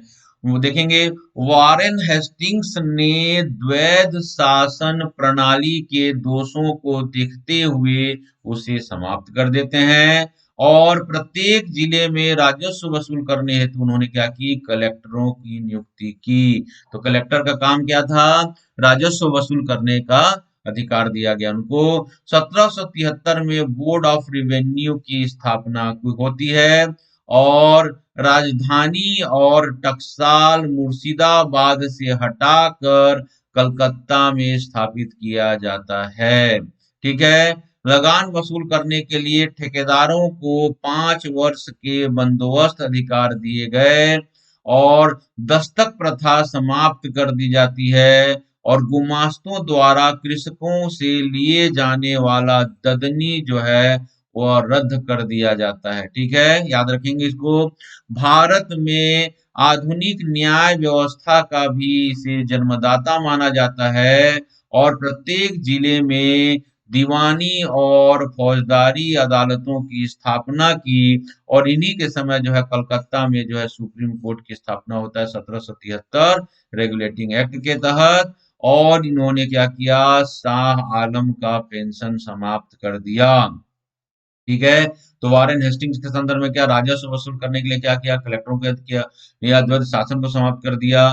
ठीक है, क्लियर चीज है ये। और क्या याद रखेंगे इसके संदर्भ में, इनके संदर्भ में जो है 1773 एक्ट के तहत जो है सुप्रीम कोर्ट की स्थापना होती है और प्रत्येक जिले में जो है दीवानी और फौजदारी अदालतों की स्थापना हो रही है। क्लियर है? इनके समय जो है सन्यासी विद्रोह होता है जिसका दमन जो है इनके द्वारा किया गया।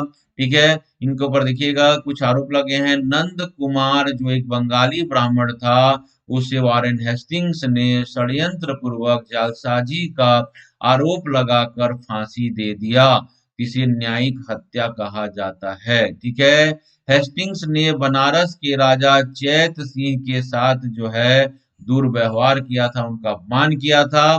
ठीक है, इसी तरह के देखेंगे हेस्टिंग्स ने अवध के बेगमों से भी दुर्व्यवहार किया था। उसकी फौज कंपनी के बकाया कर की वसूली के उद्देश्य से बेगमों के महल में घुस गई और उसने चाबियां लेकर खजाने पर अधिकार करने का प्रयास किया और बेगमों के जवाहरात देकर अपनी जान छुड़ाई थी। तो ये कुछ जो है वह जो है मिसबिहेवियर जो है इसके समय में किया गया बनारस के राजा जय सिंह के साथ, अवध के बेगमों के साथ, और जालसाजी का आरोप लगाकर क्या किया तो उसने नंद कुमार की फांसी की सजा दिलवा दी। ठीक है, इसके समय देखेंगे प्रथम आंग्ल मराठा युद्ध होता है, सलवाई की संधि होती है। ठीक है, द्वितीय आंग्ल मैसूर युद्ध होते हैं, हैदर अली मारा जाता है 1782 में बीमार के कारण। 1784 में जो टीपू सुल्तान के साथ मंगलौर की संधि होती है।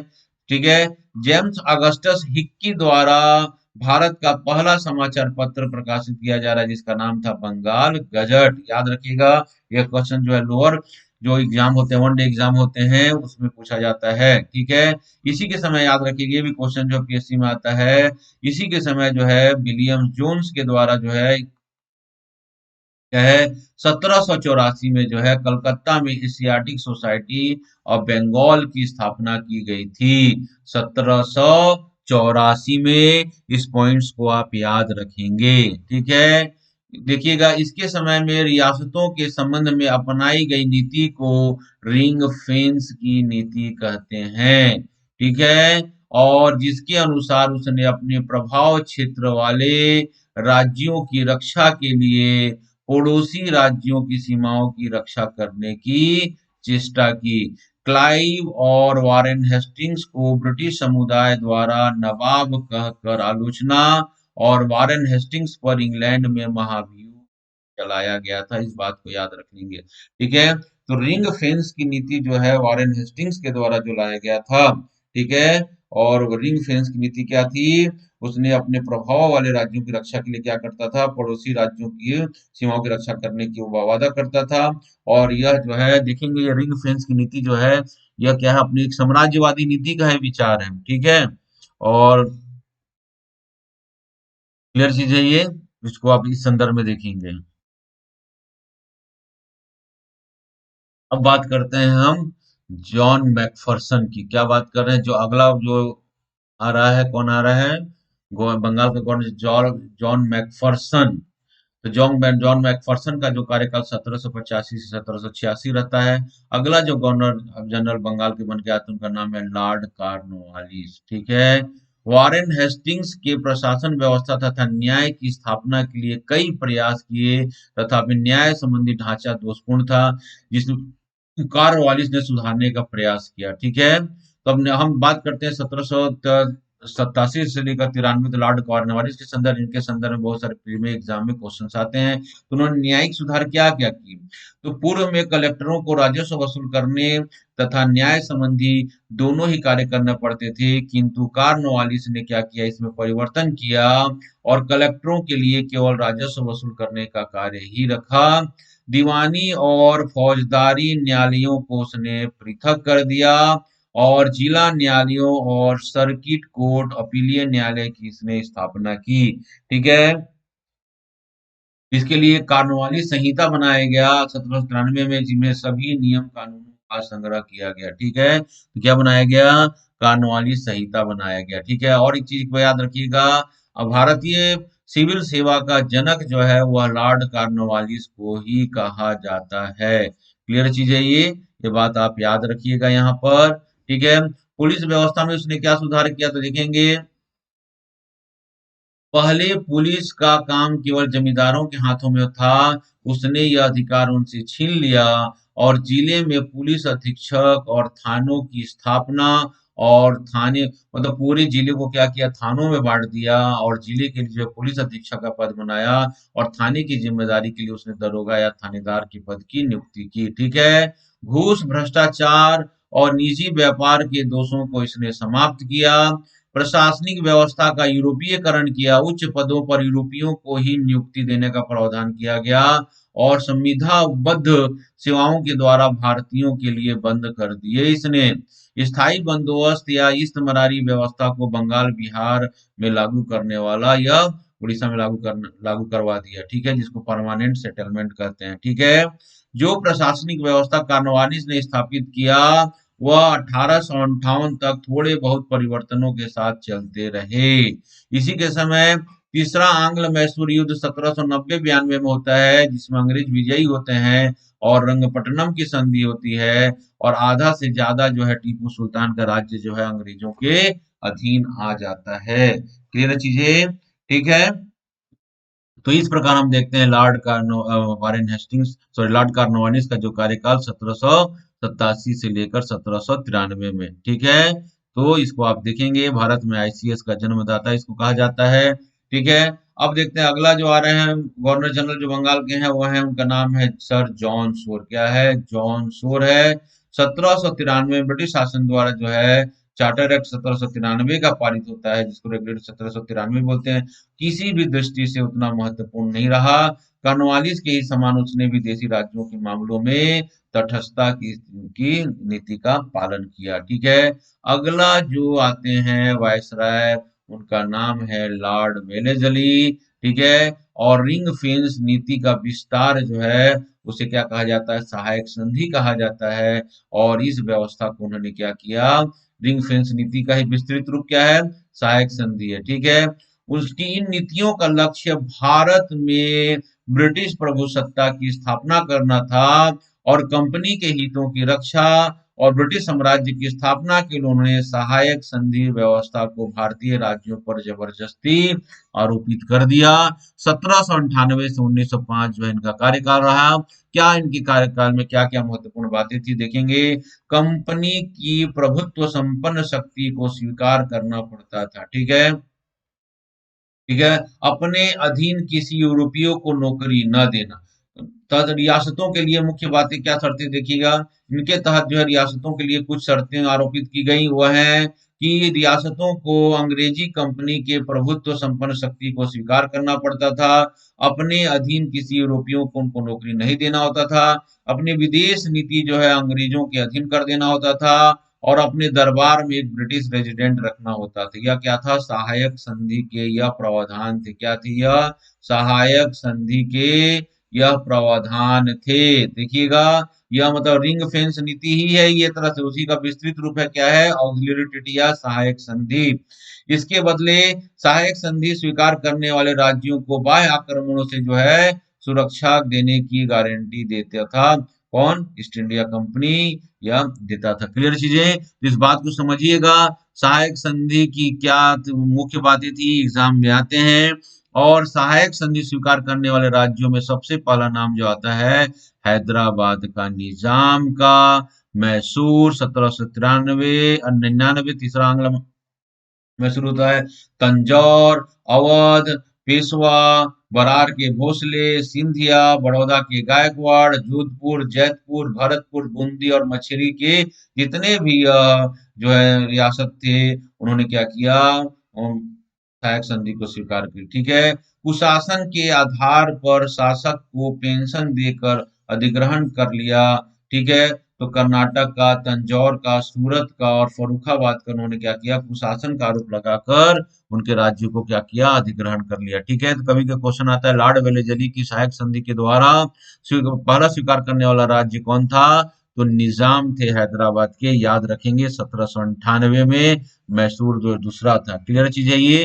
तो लॉर्ड वेलेजली की सहायक संधि की मुख्य बातें क्या थी? ठीक है। तो रियासतों को अंग्रेजी कंपनी के प्रभुत्व को स्वीकार करना होता था, अपने अधीन किसी यूरोपियों को नौकरी नहीं देना होता था, अपनी विदेश नीति हम ब्रिटिश को सौंपनी होती थी, अपने दरबार में एक ब्रिटिश रेजिडेंट को रखना होता था। ठीक है।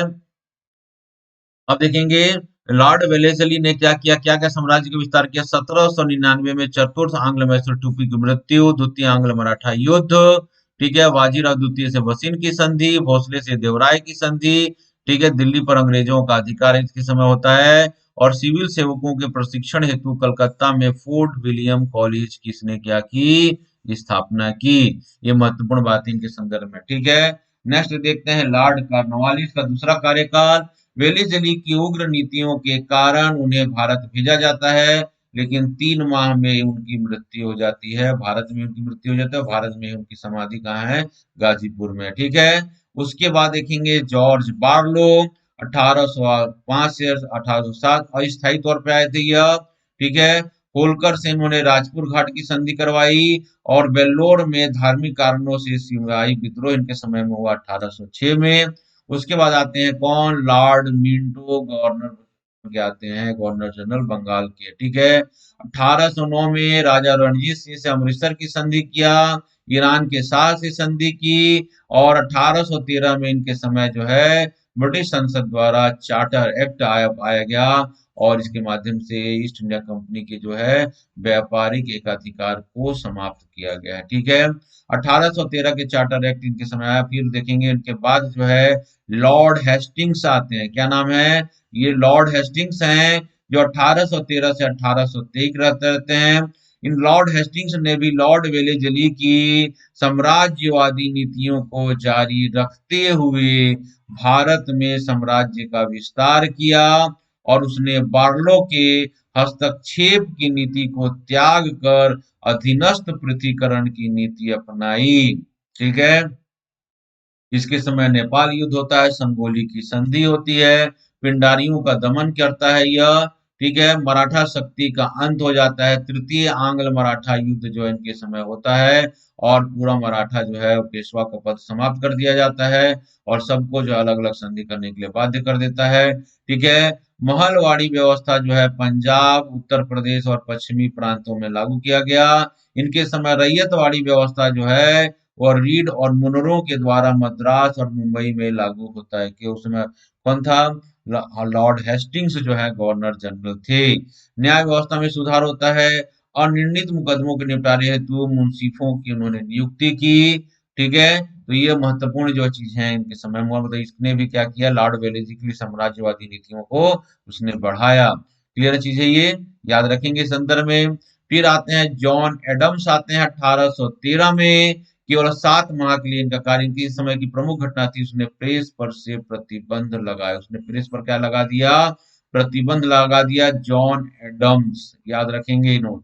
ठीक है। लॉर्ड एमहर्स्ट, बैरकपुर का सैनिक विद्रोह 1824 में धर्म भ्रष्ट होने के भय से सैनिकों को ने वर्मा जाने से इनकार कर दिया। ठीक है। दूसरा, प्रथम वर्मा युद्ध जो है 1824 से 26 होता है, वर्मा परास्त हो जाता है। ठीक है। इसके कारण क्या होता है, जयंतिया तथा मणिपुर के साथ ही वर्मा के समुद्र तट पर भी अंग्रेजों का क्या हो रहा है, अधिकार हो जा रहा है। ठीक है। अब जाते हैं एक महत्वपूर्ण जो प्रशासक हैं, गवर्नर जनरल हैं बंगाल के, उनका नाम है लॉर्ड विलियम बेटिंग। और लॉर्ड विलियम बेटिंग के समय 1833 का चार्टर एक्ट आता है, और इसके माध्यम से जो बंगाल का गवर्नर जनरल था उसे अब भारत का गवर्नर जनरल कहा जाने लगा। तो यह जो है लॉर्ड विलियम बेटिंग जो है बंगाल के अंतिम गवर्नर जनरल, और भारत के जो है प्रथम गवर्नर जनरल बन जाते हैं 1833 के एक्ट के माध्यम से। जब विलियम बेटिंग गवर्नर जनरल बने बंगाल का, तब इंग्लैंड में उदारवादी की हवा बह रही थी, और बेटिंग की उससे पूर्णतः प्रभावित थे। उनके कार्यकाल में निम्नलिखित सुधार होते हैं, देखेंगे। भारत के प्रशासनिक ने पहली बार भारतीयों को उच्च पदों पर नियुक्ति के लिए प्रशासनिक सुधार के अंतर्गत कमिश्नर तथा संयुक्त मजिस्ट्रेट के पद का सृजन किया। ठीक है। न्यायिक सुधार, उन्होंने प्रांतीय न्यायालय, सर्किट न्यायालय बंद करवाए, तथा जिले के न्यायाधीशों को पूरी फौजदारी शक्तियां प्रदान की।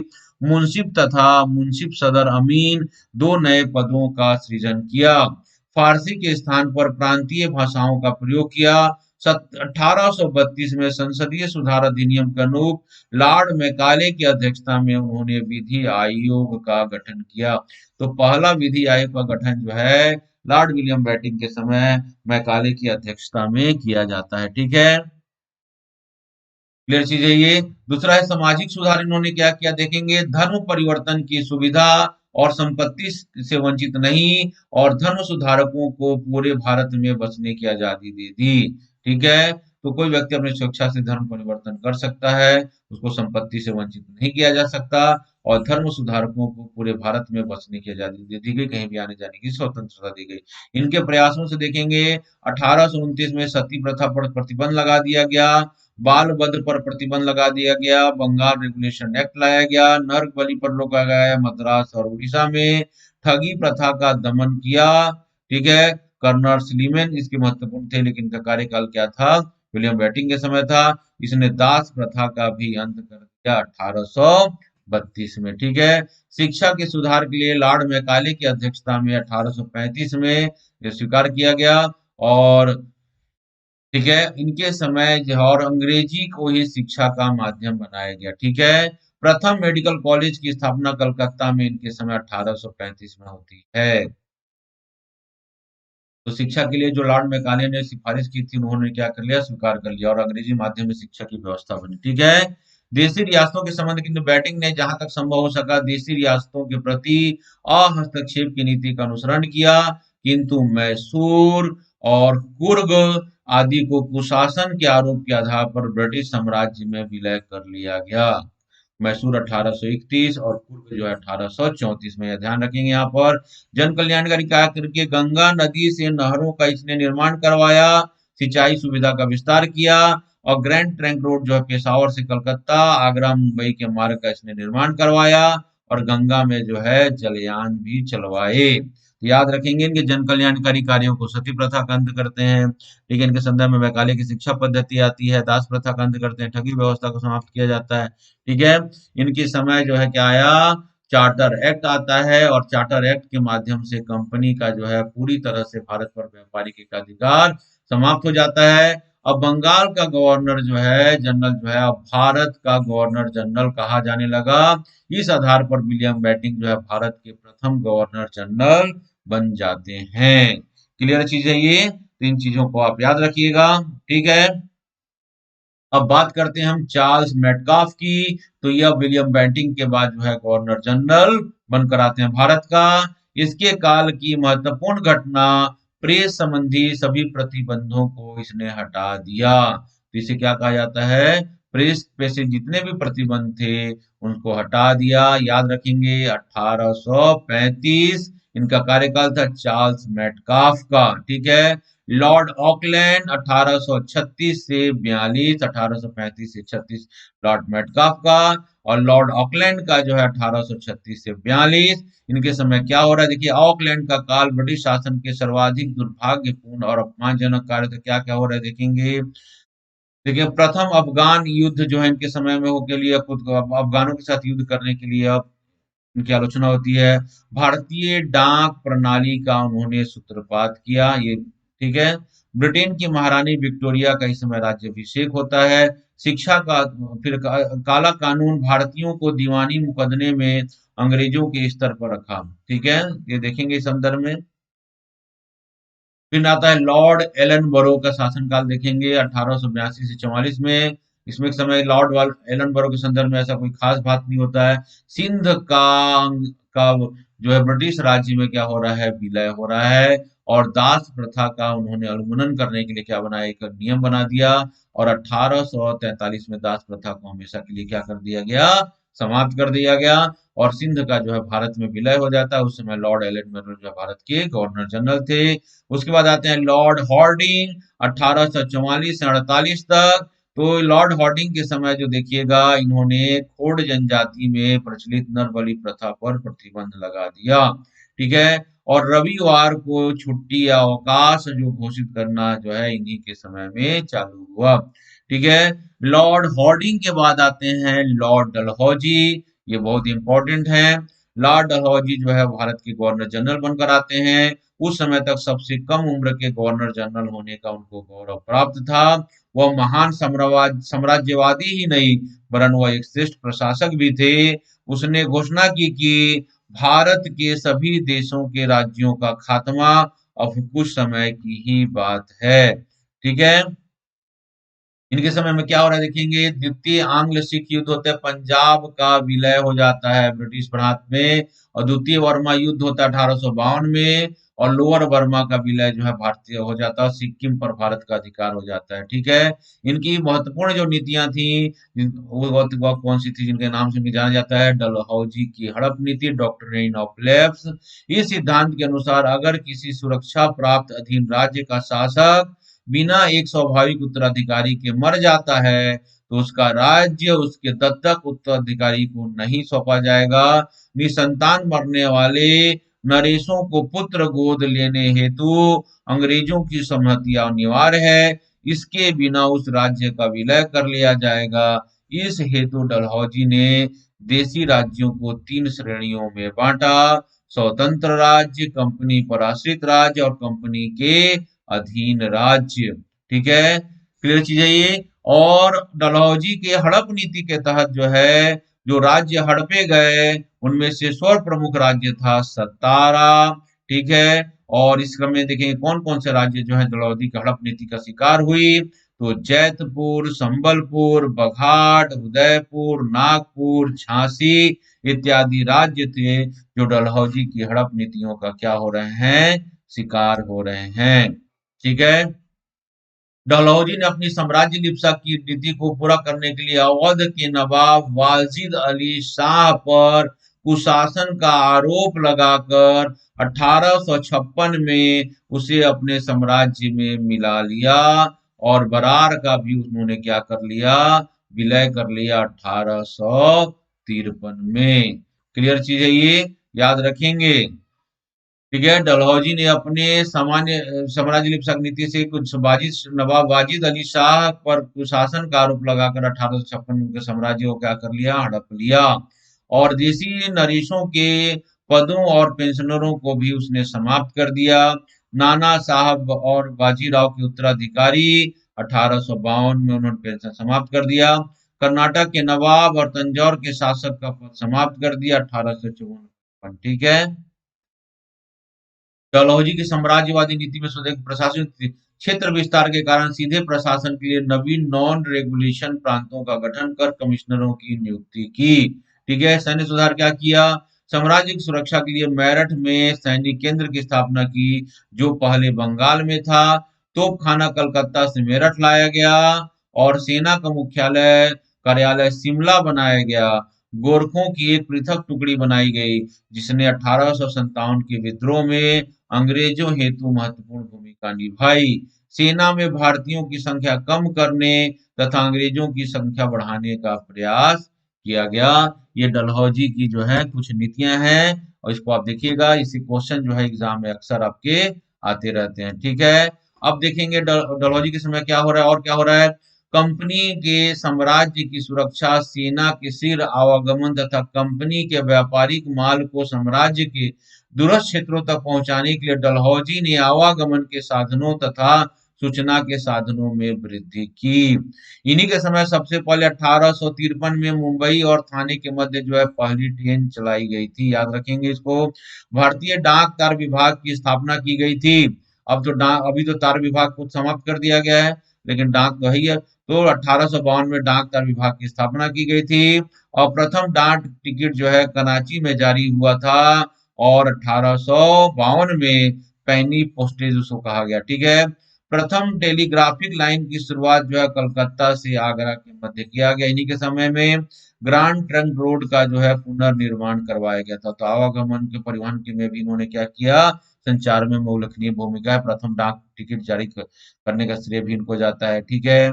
डाक तार विभाग की स्थापना की, तार विभाग की टेलीग्राफिक तार के लाइन बिछाया, मुंबई में ट्रेन चला, मुंबई और थाने के मध्य, ये महत्वपूर्ण उपलब्धियां मानी जाती है। ठीक है। इन्होंने ही क्या किया, लोक निर्माण विभाग की स्थापना किया। इसका पहले कार्य सेना के हाथ में था, और पीडब्ल्यूडी की स्थापना किया।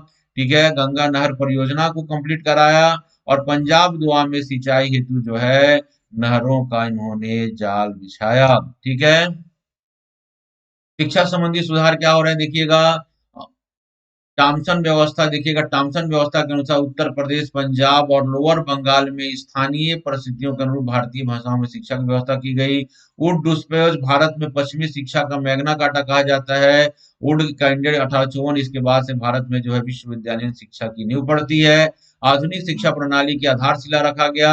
इनकी अनुशंसा पर मुंबई, कलकत्ता और मद्रास में विश्वविद्यालयों की स्थापना की जाती है 1857-58 में।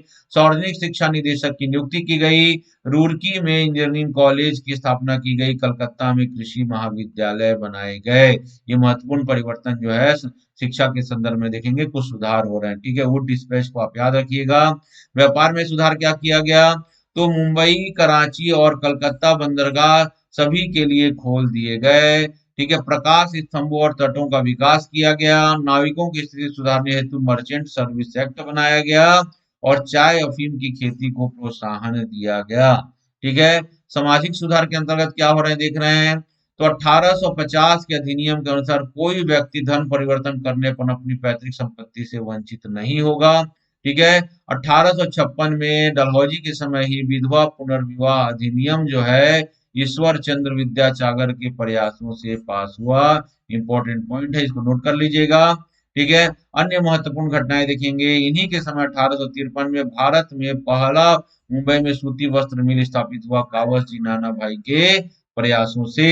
और 1855 में रिसरा में प्रथम जूट मिल की स्थापना होती है। ठीक है। इन्हीं के समय जो है 1853 का चार्टर एक्ट आता है और 1853 के चार्टर एक्ट के माध्यम से भारत में संसदीय कानून की शुरुआत होती है।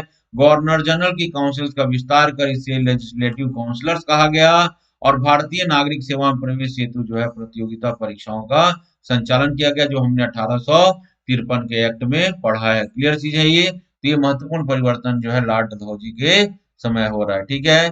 लॉर्ड डलहौजी के बाद जो अगला गवर्नर जनरल बनकर आते हैं भारत के, अगला जो गवर्नर जनरल ऑफ इंडिया बन के आते हैं उनका नाम है लॉर्ड कैनिंग। और लॉर्ड कैनिंग के समय याद रखेंगे 1857 का विद्रोह होता है और 1857 में कलकत्ता और मद्रास में तीनों में विश्वविद्यालय की स्थापना होती है 1857 में ही। ठीक है।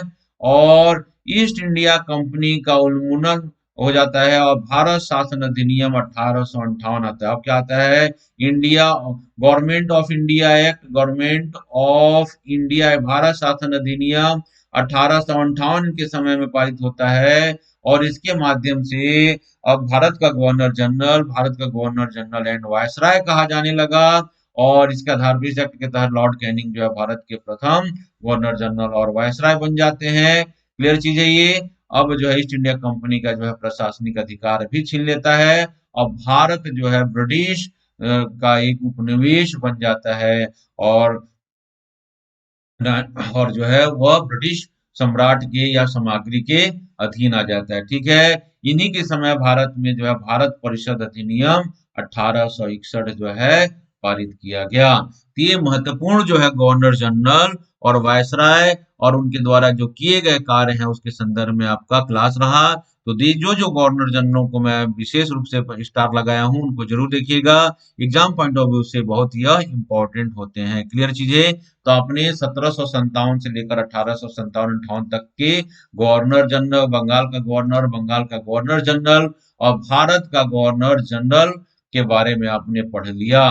ठीक है। तो भारत का अंतिम गवर्नर जनरल कौन रहते हैं कैनिंग और भारत के फर्स्ट गवर्नर जनरल वायसराय भी लॉर्ड कैनिंग। बंगाल के प्रथम गवर्नर जनरल कौन रहते हैं बताइएगा जल्दी से। देखिए अब इसमें आ रहा है, तो बंगाल के प्रथम गवर्नर जनरल कौन थे, तो बंगाल के प्रथम गवर्नर जनरल कौन थे बताएंगे। बंगाल का जो प्रथम गवर्नर जनरल कौन था, तो बंगाल का जो प्रथम गवर्नर जनरल बनता है बंगाल का वो कौन, 1773 के रेगुलेटिंग एक्ट से। तो इसका आंसर होगा वारेन हेस्टिंग्स। ठीक है। क्या आंसर होगा इसका, वारेन हेस्टिंग्स इसका आंसर होगा। नेक्स्ट क्वेश्चन, निम्नलिखित किस गवर्नर जनरल को भारतीय प्रेस का मुक्तिदाता कहा जाता है? तो अभी हमने बताया उन्होंने भारत के ऊपर से प्रेस की स्वतंत्रता, प्रेस की प्रतिबंधता को हटा दिया था। तो सर चार्ल्स मेटकाफ को क्या कहा जाता है? भारतीय प्रेस का मुक्तिदाता कहा जाता है। इसका आंसर क्या होगा? बी होगा। ठीक है। फिर है डॉक्ट्राइन ऑफ लेफ्ट के अंतर्गत कौन से भारतीय राज्य कब्जा किए गए? तो कौन से भारतीय राज्य कब्जा किए गए हैं? तो देखेंगे, आपको याद है अभी हमने डॉक्ट्राइन ऑफ लेफ्ट पढ़ा था। देखिए डॉक्ट्राइन ऑफ लेफ्ट के तहत देखिए कौन कौन से राज्य हैं।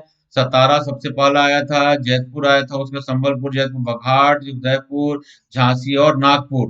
तो आपके ऑप्शन में क्या है देखेंगे, उनका आंसर को आप सही मानेंगे। ठीक है। तो क्या आएगा? इसके आएगा झांसी होगा, नागपुर होगा, सतारा होगा। तो इसका आंसर क्या होगा? बी होगा। ठीक है। नेक्स्ट क्वेश्चन, भारत में निम्न वायसरायों में से किस काल में Indian penal code, Indian procedure code और क्रिमिनल प्रोसीजर कोड पारित किया गया? तो यह जो फाइनली जो बना, यह था 1859। ठीक है, 1860, 1861। तो इस समय जो है कौन थे गवर्नर जनरल एंड वायसराय? जो है लॉर्ड कैनिंग थे। तो यह जो है, तो यह इंडियन पैनल कोड जो है 1860, ठीक है, 1859 और ठीक है, और 1861। तो इस संदर्भ में कौन होंगे? तो लॉर्ड कैनिंग जो है भारत के गवर्नर जनरल एंड वायसराय होंगे। क्लियर चीज है ये, इन चीजों को आप देखिएगा। नेक्स्ट, ब्रिटिश सरकार का वह गवर्नर जनरल कौन था जिसने भारत में डाक टिकट जारी किए? तो अभी पढ़ा आपने इसको। ठीक है। तो किसके समय हुआ? तो इसका आंसर क्या होगा? ये इसका आंसर होगा लॉर्ड डलहौजी के समय। ठीक है। रिंग फेंस पॉलिसी किसकी थी? तो रिंग फेंस पॉलिसी जो है किसने लाया था? यह वारेन हेस्टिंग्स ने लाया था। इसका आंसर क्या होगा? ये इसका आंसर होगा। क्लियर चीजें? तो याद रहेगा इसी का विस्तार क्या था? तो सहायक संधि भी था। ठीक है। तो रिंग फेंस की पॉलिसी जो है वारेन हेस्टिंग्स के द्वारा लाया गया था। ठीक है। और अलग अलग समय पे इसको अलग अलग रूप में अलग अलग गवर्नर जनरलों ने, वायसराय ने क्या किया? इसका उपयोग किया। क्लियर है? इस संदर्भ में आप देखेंगे। नेक्स्ट, किसके शासनकाल में ब्लैक होल की घटना होती है? तो ब्लैक होल की घटना कौन कौन समय, बंगाल का नवाब कौन रहता है? तो बंगाल का नवाब जो होता है सिराजुद्दौला। तो इसका आंसर क्या होगा? सी होगा इसका आंसर। ठीक, क्लियर चीज है ये। तो इस प्रकार आपने क्या देखा? हमने इस प्रकार जो है आज की क्लास के संदर्भ में हमने पढ़ा कि कंपनी के अधीन जो है संवैधानिक विकास को देखा, और जो है गवर्नर जनरल एंड वायसराय 1757 से लेकर 1858 तक हमने देखा। तो आप लोग क्लास को बार बार देखिए, दो तीन बार वॉच कीजिएगा इसको, तो पूरा आपको मिल जाएगा। और इससे ज्यादा आप लोगों को पढ़ने की जरूरत नहीं है। आप लोग के सारे क्वेश्चन जो इससे रिलेटेड बनेंगे। ठीक है। तो आप लोग वीडियो को देखते रहिए।